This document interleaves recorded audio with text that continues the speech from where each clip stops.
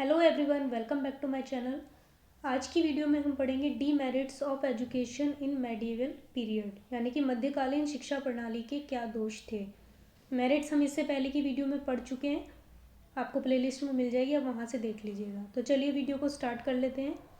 तो पहला डीमेरिट क्या था? डिस्क्रिमिनेशन इन इकोनॉमिक असिस्टेंस, यानी कि आर्थिक सहायता में भेदभाव। तो आर्थिक सहायता में भेदभाव किस तरह से होता था, तो आपको नोट डाउन करते जाना है। That Muslim emperors took keen interest in the progress of education and got a number of maktabs and madrasas constructed. जो मुस्लिम एम्परर्स थे वो बहुत ज़्यादा इंटरेस्ट लेते थे एजुकेशन में, क्योंकि उनको पता था अगर एजुकेटेड होंगे तो ही अपना राज्य आगे बढ़ा पाएंगे। तो इस वजह से उन्होंने बहुत सारे मकतब्स एंड मदरसास कंस्ट्रक्ट करवाए, बनवाए। But it is also true that except Mughal Emperor Akbar, none of Muslim emperors ever gave any aid to Hindu educational institution. तो क्या होता था, ये जो फाइनेंशियल एड जो थी इनको, वो कौन प्रोवाइड करते थे? राजा। मकतब और मदरसास के लिए जितनी भी सुविधाएं थी, ज़मीन देना बनवाने के लिए उनको, हॉस्टल्स की, बच्चों की फ़ीस, सब कुछ कहाँ से जाता था? सब कुछ राजा द्वारा ही किया जाता था। लेकिन ड्रॉबैक क्या था? सिर्फ राजा अकबर के अलावा कोई भी ऐसा राजा नहीं था, बाकी जितने भी मुस्लिम एम्परर्स थे सबने क्या किया? हिंदू जो इंस्टीट्यूशंस थे उनको किसी भी तरह की फाइनेंशियल एड्स नहीं दी। तो ये बहुत ही बड़ा डिमेरिट था मेडिएवल पीरियड का एजुकेशन सिस्टम का। तो देखिए, हिंदूज मेजॉरिटी में थे, हिंदू इंस्टीट्यूशंस बहुत ज़्यादा थे, अगर उनको सुविधाएं नहीं मिलती थी तो एक बहुत ही बड़ा जो तबका था, एक बहुत ही बड़ा जो मेजॉरिटी जो पॉपुलेशन थी, वो एक तरह से अनएजुकेटेड रह जा रही थी। तो ये था। सेकंड देखिए आप, attack on the contemporary Indian education, यानी कि समकालीन भारतीय शिक्षा पर हमला। In the medieval period except Akbar all the Muslim emperors और फेनेटिक। तो देखिए, जो अकबर थे, राजा अकबर के अलावा बाकी जितने भी मुस्लिम एम्परर्स थे वो फेनेटिक थे, कट्टर मुसलमान थे। They organized an education system dominate by Islamic religion and culture. उन्होंने इस इंस्टीट्यूशंस बनाए जिनमें मोस्टली क्या पढ़ाया जाता था? इस्लामिक रिलीजन और इस्लामिक संस्कृति के बारे में पढ़ाया जाता था। और लीव असाइड एनी हेल्प और aid they even try to destroy the Hindu educational system. Financial aid तो बहुत दूर की बात है, वो इवन जो डिस्ट्रॉय करने की कोशिश करते थे, नष्ट करने की कोशिश करते थे हिंदू इंस्टीट्यूशंस को। तो बहुत ही फर्स्ट रूलर था जो Muslim ruler Qutbuddin Aibak, immediately after ascending the throne got the world famous Buddhist University of Nalanda and Vikramshila destroyed with the help of his army commander Bakhtiyar Khilji. जो एकदम फर्स्ट एम्पर था, कौन था? कुतुबुद्दीन ऐबक। उसने गद्दी पे आते ही सबसे पहले नालंदा और विक्रमशिला यूनिवर्सिटी थी, बौद्ध की थी, जो बुद्धिस्ट यूनिवर्सिटी थी, उसको डिस्ट्रॉय करवाया अपने आर्मी कमांडर बख्तियार खिलजी के द्वारा। तो ये इस तरह के काम करते थे, बाकी जो इंस्टीट्यूशंस होते थे दूसरे धर्म के उनको डिस्ट्रॉय करवाते थे। तो ये बहुत बड़ा ड्रॉबैक था। लेकिन उन्होंने ब्राह्मणिक इंस्टीट्यूशंस पर भी बहुत सारे एम्परर्स ने अटैक करवाने की कोशिश की, लेकिन किसी न किसी तरह से वो सर्वाइव कर गए। नेक्स्ट देखिए, main aim of education to propagate Islamic religion and culture. तो ये भी हमने पढ़ा, शिक्षा का मुख्य उद्देश्य इस्लामिक धर्म और संस्कृति का प्रचार प्रसार करना था। In medieval period almost all the Muslim emperor emphasized on propagation of Islamic religion. तो वो इस्लामिक रिलीजन और कल्चर पर ही मोस्टली ध्यान देते थे। तो इससे क्या होता था? The education of Islamic religion and culture was made compulsory in every maktab and madrasa. तो ये अनिवार्य कर दी गई सभी मकतब और मदरसा में कि इस्लामिक धर्म के बारे में ही पढ़ना है और इस्लामिक कल्चर के बारे में पढ़ना है। तो this was contrary to the emotions and feelings of the majority. तो ये जो दूसरे धर्म के थे, जो मेजॉरिटी थी, जो हिंदूज थे, उनकी फीलिंग्स के साथ ये कहीं ना कहीं खिलवाड़ था। कोई भी धर्म का जो इंसान होता है वो दूसरे धर्म के बारे में क्यों पढ़ना चाहेगा?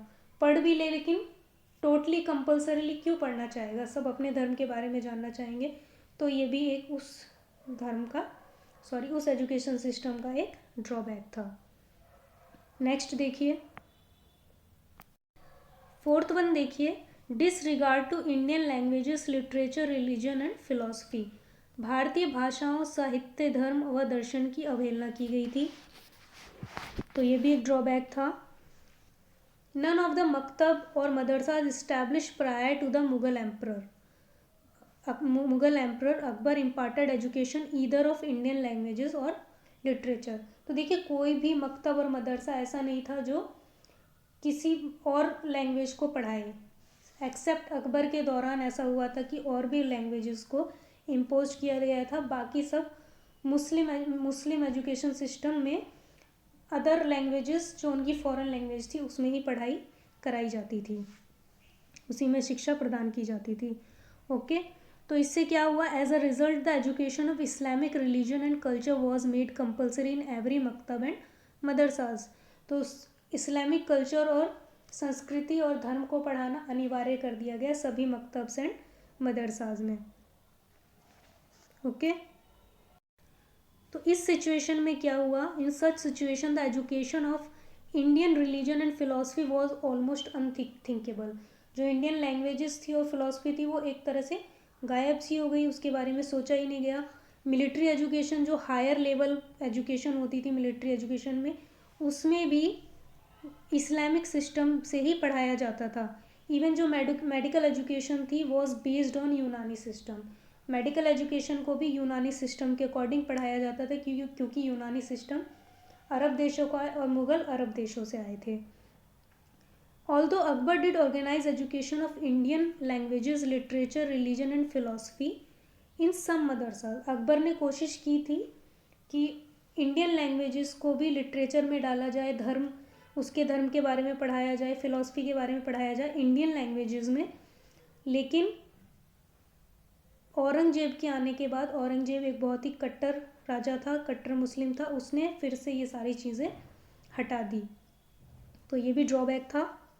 फिफ्थ वन हम देखेंगे, foreign languages as a medium of education. विदेशी भाषाएं शिक्षा का माध्यम। तो शिक्षा का माध्यम विदेशी भाषाएं थी, अभी आपको बताया था मैंने। The medium of instruction in all the maktabs and madrasas established during medieval period were Arabic and Persian. तो अरेबिक और पर्शियन भाषाओं में पढ़ाया जाता था, जो कि फॉरेन लैंग्वेजेस है, जो कि बिल्कुल न्यू थी इंडियंस के लिए। वो कहाँ से समझेंगे अरेबिक और पर्शियन जब उन्होंने उसको कभी देखा नहीं, सुना नहीं, पढ़ा नहीं था। तो every child therefore had to learn these languages right from the beginning. तो सभी स्टूडेंट्स को वो बिल्कुल स्टार्टिंग से पढ़नी पड़ती थी, चाहे वो हिंदू हो चाहे वो मुस्लिम हो। तो for the Indians learning Persian and Arabic was an extra burden. तो हिंदूज़ के लिए ये एक तरह से एक्स्ट्रा बर्डन हो गया था, क्योंकि उनको पहले तो वो समझना बहुत मुश्किल था, दूसरा वो उसको सीखना एक तरह से नहीं चाहते थे, तो वो एक एक्स्ट्रा बर्डन हो गया। अगर आपको वो कंपलसरी है तो उनको पढ़नी भी पड़ती थी। It was also considered as below dignity to learn these languages. तो अगर आपको ये लैंग्वेज नहीं आती तो एक तरह से आपकी अवहेलना की जाती थी। As a result majority of population fail to get benefit. तो इस वजह से बहुत सारी जो हिंदूज़ थे, मेजॉरिटी थी जो, वो इसका फ़ायदा नहीं ले पाते थे। Only those Hindus seeking high post in administration learn these languages. सिर्फ उन्हीं हिंदूज़ को हाई पोस्ट मिलती थी किसी भी जॉब में जिनको ये लैंग्वेजेस आती थी। तो इसकी वजह से it could not be made available to masses. तो जो मेजॉरिटी के पास इसका फ़ायदा नहीं पहुंच पाता था। नेक्स्ट वन देखिए, narrow form of religious and moral education, यानी कि धार्मिक और नैतिक शिक्षा का संकीर्ण रूप। हमने अभी इसके बारे में पढ़ा था। In the name of religious and moral education only Islamic religion and Islamic law were taught. तो धार्मिक और नैतिक रूप में सिर्फ इस्लामिक धर्म और इस्लामिक संस्कृति के बारे में ही पढ़ाया जाता था, और इसको कंपलसरी कर दिया गया था मुस्लिम एजुकेशन में। तो from the point of view of the present it was bigoted attitude. तो ये एक तरह से इसका बहिष्कार लोग करने लगे थे। तो ये एक तरह का कट्टरवाद था, ये एक तरह से कट्टर एटीट्यूड था मेजॉरिटी की तरफ। तो नेक्स्ट देखिए, हम 7th डिमेरिट देखेंगे, नेग्लेक्ट ऑफ मास एजुकेशन, यानी कि जन शिक्षा की उपेक्षा। तो the Muslim education was alien to Indians, Indians के लिए मुस्लिम एजुकेशन बिल्कुल ही अलग थी, क्योंकि सब कुछ फॉरेन लैंग्वेजेस में पढ़ाया जाता था, अरब भाषा में और पर्शियन भाषा में। तो यही रीज़न था that majority of Hindus fail to get benefit from this education. तो बहुत सारे हिंदूज इसका फ़ायदा लेने से वंचित रह गए थे। Only a handful of Hindus interested in seeking high post in administration took Muslim education. जिनका इंटरेस्ट था हाई पोस्ट में जाने का, वो ही कोशिश करते थे इसको सीखने की, क्योंकि उनको एक अच्छी जॉब चाहिए होती थी।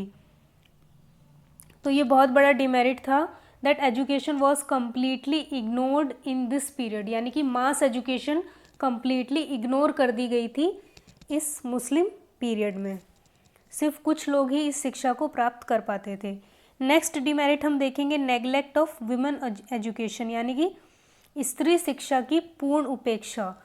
तो इसमें क्या था कि girls were admitted in maktabs but they were not allowed in madrasas. Girls को मकतब्स में तो पढ़ाया भेजा जाता था, लेकिन जब वो बड़ी हो जाती थी उनको आगे की एजुकेशन नहीं करवाई जाती थी, उनको घर में बिठा लिया जाता था। इवन मकतब में भी कुछ ही लोग थे जो अपनी डॉटर्स को भेजते थे। For Hindus this system was not amicable and for Muslims purdah system act as a hurdle. Hindus तो मुस्लिम एजुकेशन अपनी बेटियों को दिलवाना नहीं चाहते थे, वो इसलिए नहीं भेजते थे, और मुस्लिम गर्ल्स के लिए पर्दा सिस्टम बहुत बड़ा हर्डल था कि वो लड़कों के साथ उनके बीच में बैठ के कैसे पढ़ेंगी। Of course, the rulers and few people of elite class did make private arrangements at their homes for education of their daughters. जो बड़े लोग थे, जो एलिट क्लास के लोग थे, वो अपनी डॉटर्स के लिए प्राइवेट अरेंजमेंट अपने घर में कराते थे उनकी शिक्षा के लिए। तो इस तरह से जो वुमेन एजुकेशन थी वो पूरी तरह से सफ़र कर रही थी इस पीरियड में। ये बहुत ही ज़्यादा इसको इग्नोर किया गया था। नेक्स्ट देखिए, एम्फेसिस अपॉन रोट लर्निंग, रटने पर बल दिया जाता था। ये भी एक डिमेरिट था कि चीज़ें समझाई नहीं जाती थी, रटने पर बल दिया जाता था। आप इसको नोट डाउन करेंगे that in medieval period children in maktabs were made to memorize the verses of Quran, table, Islamic teachings of prophets and Sufis. तो उनको कुरान के बारे में इस्लामिक टीचिंग्स उनको कराई जाती थी, इन सबको वो रटाया जाता था, उनको रटने के लिए कहा जाता था, उनको मेमोराइज कराया जाता था, इन चीज़ों को बार बार उनको रटने के लिए बोला जाता था। तो चिल्ड्रंस जो थे वर एग्जॉस्टेड, वो पूरी तरह से परेशान हो जाते थे, उनकी एनर्जी ख़त्म हो जाती थी रट रट के इन चीज़ों को याद करने में। तो जब चीज़ें समझ नहीं आएंगी तो वो बहुत दिनों तक याद भी नहीं रहती हैं। तो this was also the demerit of Muslim education. Next हम देखेंगे रिप्रेसिव डिसिप्लिन, दमनकारी अनुशासन। तो देखिए, जो पहले की शिक्षा होती थी इनमें बहुत ही ज़्यादा कठोर दंड प्रणाली होती थी, चाहे वो बुद्धिस्ट एजुकेशन हो, वैदिक हो, या फिर ये मुस्लिम काल हो। तो रिप्रेसिव डिसिप्लिन था, बच्चों को डरा के पढ़ाया जाता था, उनको डराया जाता था, उनको पनिशमेंट बहुत ही हार्ड दी जाती थी। तो हम देखेंगे उनको क्या पनिशमेंट दी जाती थी। वो इसमें क्या होता था कि वो बच्चों को छोटी सी मिस्टेक पर भी उनको पनिशमेंट देते थे, हार्ड पनिशमेंट देते थे, लाइक नील डाउन करना, थ्रैशिंग मतलब उनको घसीटना, उनके घुटने पर बैठाना, बहुत देर तक उनको स्टैंडिंग पोजीशन में रखना। तो बच्चे इस तरह से क्या होता था, probably out of terror and not out of devotion the student respected there teacher. तो वो डर के मारे अपने टीचर्स की बात मानते थे, ना कि रिस्पेक्ट, ना कि उनकी इज्जत करते थे, इसीलिए मानते थे। तो जो एक कनेक्शन था वो टीचर और स्टूडेंट्स के बीच में नहीं होता था। तो ये एक बहुत बड़ा डिमेरिट था। तो ये थी हमारी आज की वीडियो। नेक्स्ट वीडियो में हम पढ़ेंगे कंट्रीब्यूशन क्या थे मुस्लिम एजुकेशन के मॉडर्न एजुकेशन के लिए। अगर आपको वीडियो पसंद आई है तो चैनल को लाइक करें, शेयर करें, सब्सक्राइब करें। कोई भी क्वेरी है तो आप कमेंट सेक्शन में पूछ सकते हैं। Thank you.